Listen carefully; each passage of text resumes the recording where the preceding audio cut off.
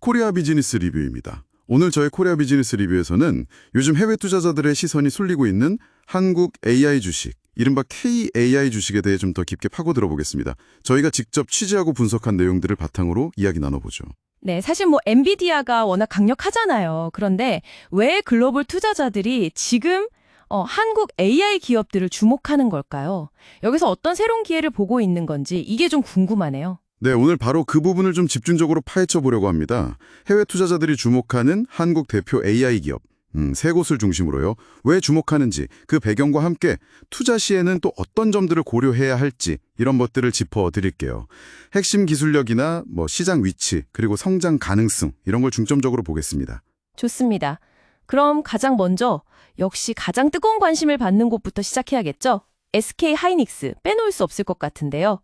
해외 투자자들이 이렇게 주목하는 이유, 역시 HBM, 그 고대역폭 메모리 때문이라고 봐야겠죠? 정확합니다. 네. 2025년 1분기 기준으로 보면요. 글로벌 HBM 시장 점유율이 거의 70%에 달해요. 이건 정말 압도적인 거죠. 와, 70%요? 네. 특히 그 엔비디아의 차세대 AI 칩 있잖아요. B300.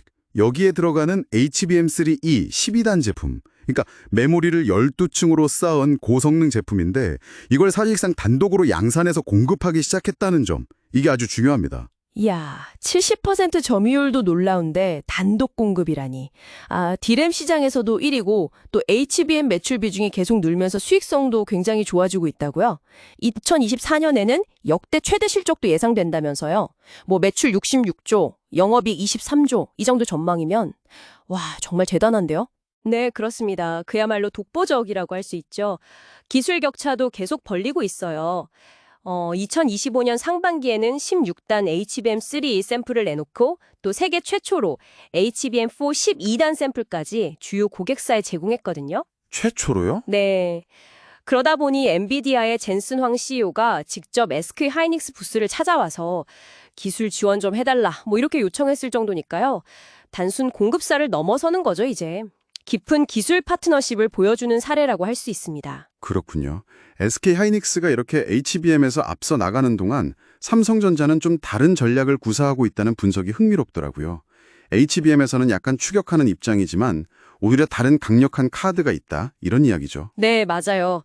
삼성전자는 현재 그 HBM3 12단 제품으로 엔비디아의 최종 품절 승인을 기다리는 단계에 있습니다.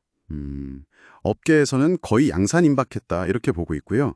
그래서 하반기부터는 본격적인 공급 경쟁이 시작될 가능성이 높습니다. 2025년에는 또 HBM 생산 능력 자체를 올해보다 2배 이상 늘릴 계획이라고 하고요.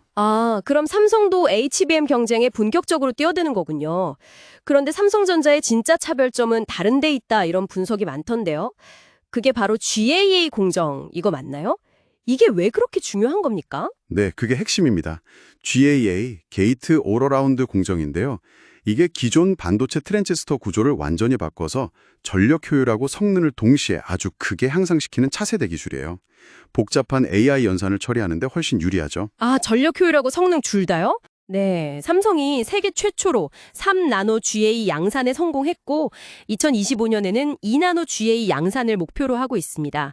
이 파운드리, 그러니까 반도체 위탁 생산 기술력이 강해지면 이게 결국 HBM 경쟁력에도 시너지를 낼 수밖에 없거든요. 그렇군요. 네, 시장 조사업체 트렌드포스 같은 곳에서도 내년에는 삼성의 HBM 점유율이 한 38%까지는 회복될 수 있다, 이렇게 긍정적으로 보고 있습니다. 네, 하드웨어 당자들 이야기는 이쯤 하고요.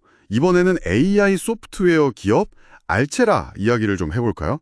저희 기사에서도 숨겨진 보석 같다고 표현을 했었는데 어떤 매력이 있는 기업인가요? 네, 알체라는 그 네이버 자회사 스노우가 최대 주주로 있는 AI 영상인식 전문 기업입니다. 주로 얼굴인식 기술이나 VADT라고 불리는 이상상황 감지 기술, 이쪽 분야에서 세계적인 수준으로 평가받고 있어요. VADT요? 그게 어떤 거죠? 이상상황 감지 기술인데요. 예를 들어 산불이 난다거나 어떤 위험 상황을 영상으로 감지하는 거죠. 이 VADT 기술이 미국 실리콘밸리의 유명 투자사인 플러그앤플레이에서 투자를 유치하기도 했고요. 또 한국전력 시범사업이나 미국 캘리포니아 산불 감시 시스템에도 실제로 적용되면서 기술력을 인정받았습니다. 오, 실제 적용 사례가 있군요. 성장세도 꽤 가파르다고요.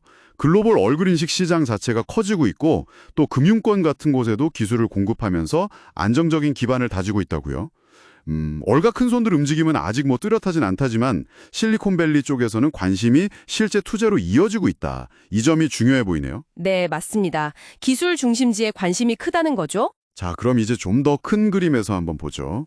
SK하이닉스, 삼성전자, 또 알체라 같은 이런 한국 기업들을 해외 투자자들이 왜 이렇게 주목하는 걸까요? 저희 분석으로는 크게 한 3가지 이유를 꼽았었는데요. 그렇습니다. 첫째는 아무래도 엔비디아에 대한 의존도를 좀 분산시키려는 움직임이 있다는 거고요. 그렇죠. 너무 한쪽에 쏠리면 부담스러우니까요. 네. 둘째는 한국 기업들이 가진 그 기술적인 차별성. 그러니까 뭐 HBM이라든지 GAA 그리고 방금 말씀드린 영상 AI 같은 이런 독자적인 기술들이 있잖아요. 여기에 또 한국 특유의 탄탄한 제조업 기반이 시너지를 낼 거라는 기대감. 이게 크고요. 마지막으로는 미국 AI 주식들에 비해서는 상대적으로 주가가 아직 좀 매력적이다. 뭐 이런 밸류에이션 측면도 작용하고 있다고 봐야겠죠. 물론 뭐 좋은 이야기만 할 수는 없겠죠. 투자에는 항상 리스크가 따르니까요. 저희가 분석한 리스크 요인들에는 어떤 것들이 있었는지 다시 한번 짚어주시죠. 네, 일단 AI 시장 자체가 워낙 변화가 빠르고 변동성이 크다는 점. 이건 뭐 기본적으로 고려해야 하고요. 기술 발전 속도를 놓치면 정말 금방 뒤처질 수 있거든요. 그렇죠. 또 글로벌 공급망 재편 문제나 미중 기술 경쟁 심화 같은 거시적인 변수들도 있고요. 최근에 중국에서 딥시크 같은 아주 강력한 AI 모델이 나오면서 AI 개발 비용을 좀 더 효율화해야 하는 거 아니냐? 이런 논의가 나오는 점도 주목할 만하고요. 또 미국 대선 결과에 따라서 정책이 어떻게 바뀔지 이런 변수들도 계속 주시해야 할 부분입니다. 네. 정리를 해보면요. 2025년은 정말 한국 AI 기업들한테는 글로벌 무대에서 제대로 존재감을 보여줄 수 있는 어쩌면 굉장히 중요한 한 해가 될 것 같다는 생각이 드네요. SK하이닉스의 HBM 독주, 삼성전자의 GAA를 통한 반격 준비, 그리고 알체라 같은 소프트웨어 기업의 성장 가능성까지 저희 분석에서도 확실히 긍정적인 신호들이 많이 보였습니다. 네, 맞습니다.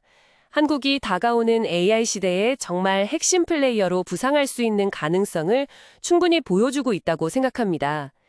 다만 제2의 엔비디아가 과연 한국에서 나올 수 있을지는 글쎄요.